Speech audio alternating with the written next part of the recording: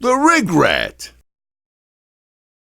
Stop pedals from sliding. Securing your music instrument pedals. Here I talk about pedals used by a keyboard, drum machine, vocal processor, guitar, and laptop in my music rig. This TheRigRat installment was recorded in January 2020. There you are playing a song and your sustain pedal creeps away from you with every press of your foot. It is stress you don't need, especially while you're trying to perform. Currently, I have screwed my pedals to a flat wooden board. I drilled a hole right through each pedal in strategic places so as not to make contact with the inner electronics. I screwed each pedal to a big enough board, depth-wise, to allow the heel of my foot to be on the board as well. That's how I secure my pedals and keep them from moving.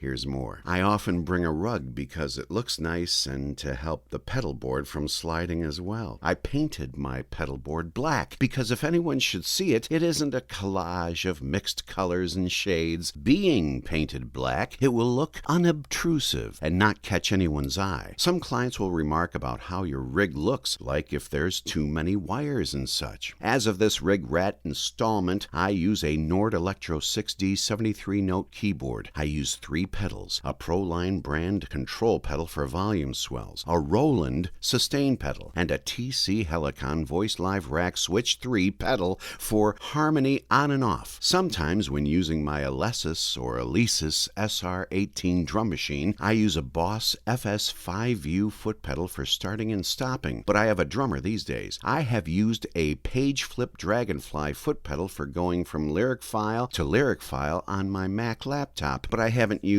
it lately. I just quickly hit the up and down arrow keys on the laptop with my hand. Something to mention in regards to pedals is standing or sitting at a gig. Obviously, it's easier to sit and use pedals, but cheers, kudos, hats off to the men and women who play keyboard and stand up. Standing does give a more energetic appearance on stage these days. I sit while playing keyboard. I use an acoustic guitar with a built-in tuner. I run my guitar through my TC-HeliconVoiceLiveRackvocalProcessor at the same time. I MIDI my keyboard to the same unit. The unit detects the chords I'm playing and does a great job creating the harmony for each chord as I sing. My left foot activates quick on and off harmony using the TC Helicon Switch 3 pedal and use my right foot for sustain and control pedals. Now for a new segment here on the TheRigRat called The Past. In the past, I used an Ernie Ball stereo volume pedal, Boss GT100, Boss loop pedals, an acoustic guitar effects pedal. I have bought lots of guitar pedals for tuning and effects, but currently I bring no pedals in regard to the guitar. In the past, I tried different methods to stop pedals from sliding around on their own. I took a glue gun and glued each pedal to a wooden board, but the cold weather cracks the glue off that holds the pedals. That could be air conditioning for you in warm weather situations as well. The cold weather makes the duct tape lose its adhesive stickiness. Velcro has worked in the past, but I can't remember why I stopped. Maybe because it raises the height of the pedal. In the past, for years, I used a pedal for rotor Leslie effect on and off, but lately I don't plug a pedal in for that because I'm either lazy or overwhelmed by too many pedals. In the past, I've played a keyboard with no pedals, while I played electric drums with my feet. I played many a gig that way. My right foot doing kick drum and left foot doing snare, using DW1000 kick drum pedals, hitting Roland KD9 kick trigger pads and a Roland TM2 drum trigger sound module. But I gave up playing drums with my feet. I tried it, and it was fun, but I rather have a real drummer, and if I can't have a real drummer, I'll go back to a drum machine. In the past, I went to a hardware store and bought a couple 4-pound iron splitting wedges, about $13 each, so I could duct tape the weights to my sustain pedal to keep it stationary. The pedals still slid around. Also, beware, not all sustain pedals are compatible with different keyboard brands. I'm sure many of you know that. In the past, I bought a Roland PK720 pedal bass control. Cost hundreds of dollars. I sawed off different pedals to make a drum trigger, ruined it, and threw it out. A story I'm ashamed to talk about because of how much money I wasted. I bet there are fellow musicians who have wasted their money and time in regards to music. In the past, I had a Hammond EXP50 expression pedal, but sold it with the Hammond